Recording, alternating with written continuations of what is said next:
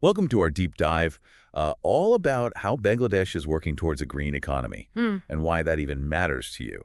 It's a story you might not expect, full of, well, surprising twists and turns. Yeah, that's right. We're diving into the work of Dr. A.K.M. Hai, who brings a really unique perspective to this topic.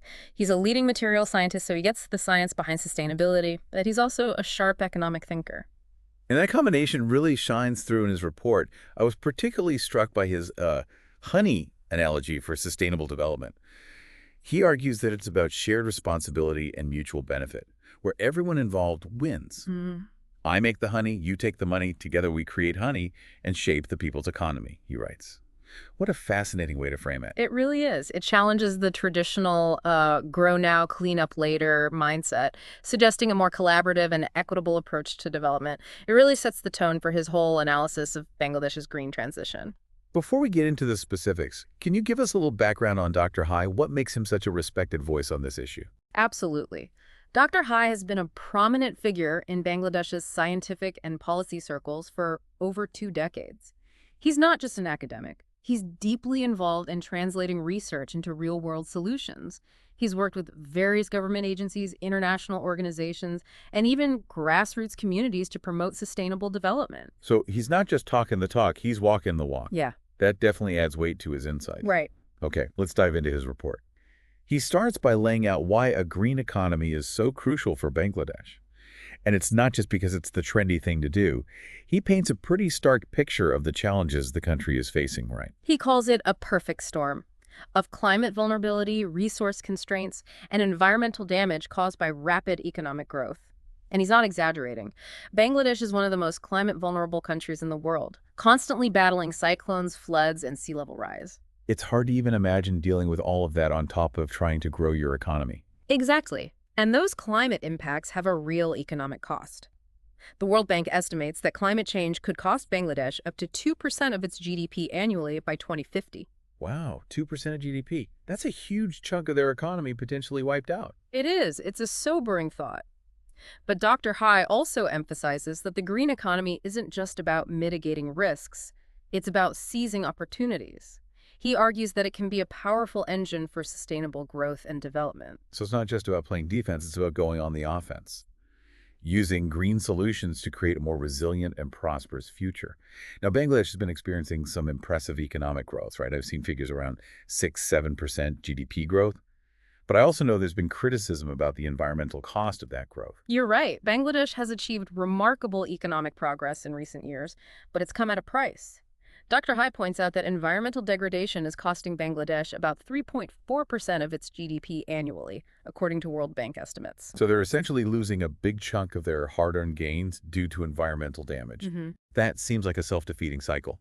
Do you think Dr. Hai believes it's possible to break that cycle, to decouple economic growth from environmental harm? He absolutely does. He argues that Bangladesh can continue to grow its economy while also protecting its environment. But it requires a fundamental shift in thinking, moving away from traditional development models towards a more sustainable approach. Okay, so how does he propose Bangladesh actually make that shift? What are the key areas he focuses on? He emphasizes that transitioning to a green economy requires a multi-sectoral approach, tackling multiple challenges simultaneously. He highlights 3 key sectors in his report: renewable energy, sustainable agriculture, and waste management. Let's start with energy. I know Bangladesh relies heavily on natural gas, right? And those reserves are dwindling rapidly. Exactly. They're projected to run out in less than a decade. That's a ticking time bomb that Dr. Hai highlights as a major vulnerability. 10 years? That's not a lot of time to completely overhaul your energy system. But on the flip side, I've also heard that Bangladesh has tremendous potential for renewable energy. Absolutely. They've got abundant sunshine, decent wind speeds, and vast amounts of agricultural waste for biomass energy. It's a remarkable opportunity that Dr. Hai emphasizes. So why aren't we seeing more renewable energy in Bangladesh already? What are the roadblocks? Dr. Hai points to the need for strong policy support.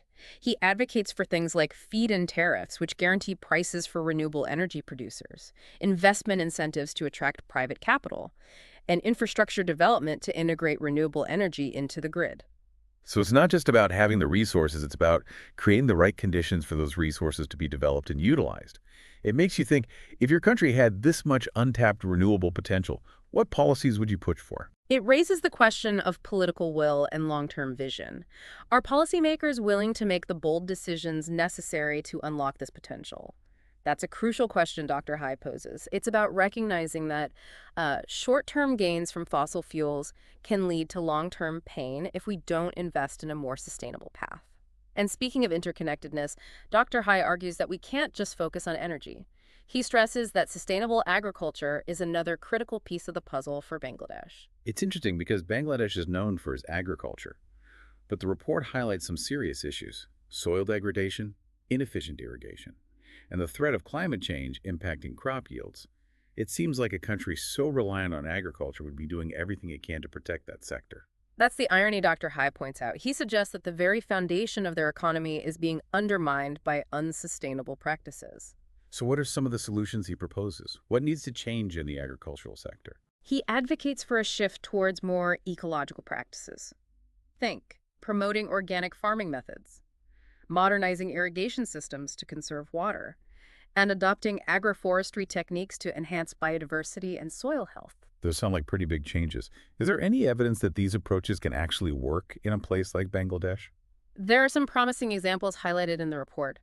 One detail that stuck with me was the success of the solar home system program. It's brought electricity to millions of rural households and created over 70,000 jobs in the process. That's a great example of how sustainable solutions can have a ripple effect, creating social and economic benefits alongside environmental ones. It makes me wonder if similar models could be applied to agriculture. Could investing in sustainable farming practices lead to similar job creation and economic growth?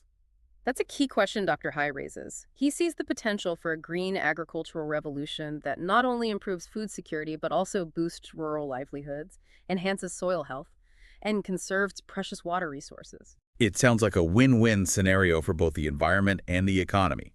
But let's move on to the last sector Dr. Hyde focuses on: waste management.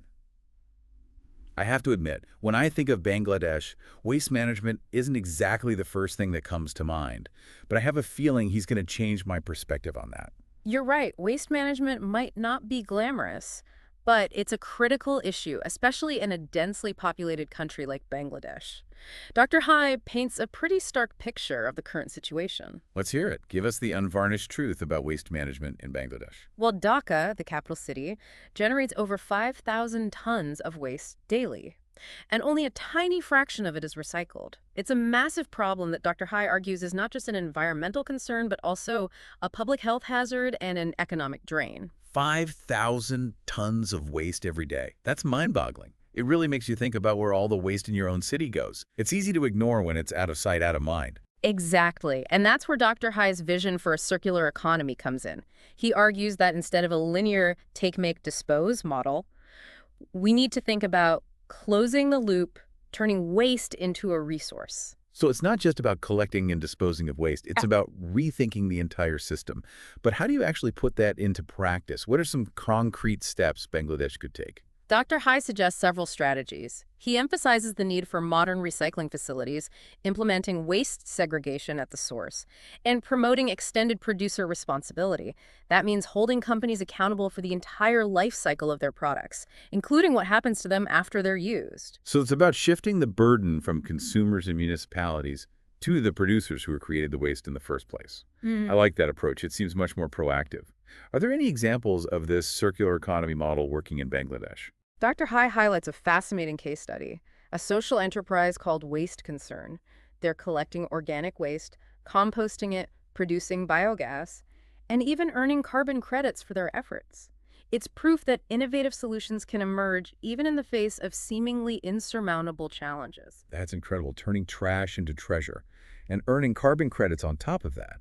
It shows that sustainability doesn't have to be a burden. It can actually be a source of economic opportunity. Exactly. It's about changing mindsets and seeing waste not as a problem, but as a valuable resource waiting to be tapped. Dr. High believes this kind of thinking is essential for a successful green transition. So far, we've talked about these different sectors in isolation, but Dr. High's report emphasizes that individual sector changes aren't enough. We need a more holistic approach, right? What are some of the broader strategies he proposes? He talks about creating an entire ecosystem for a green economy to thrive. This involves overarching strategies like policy reform, green financing, education, and social inclusion. It's about creating a system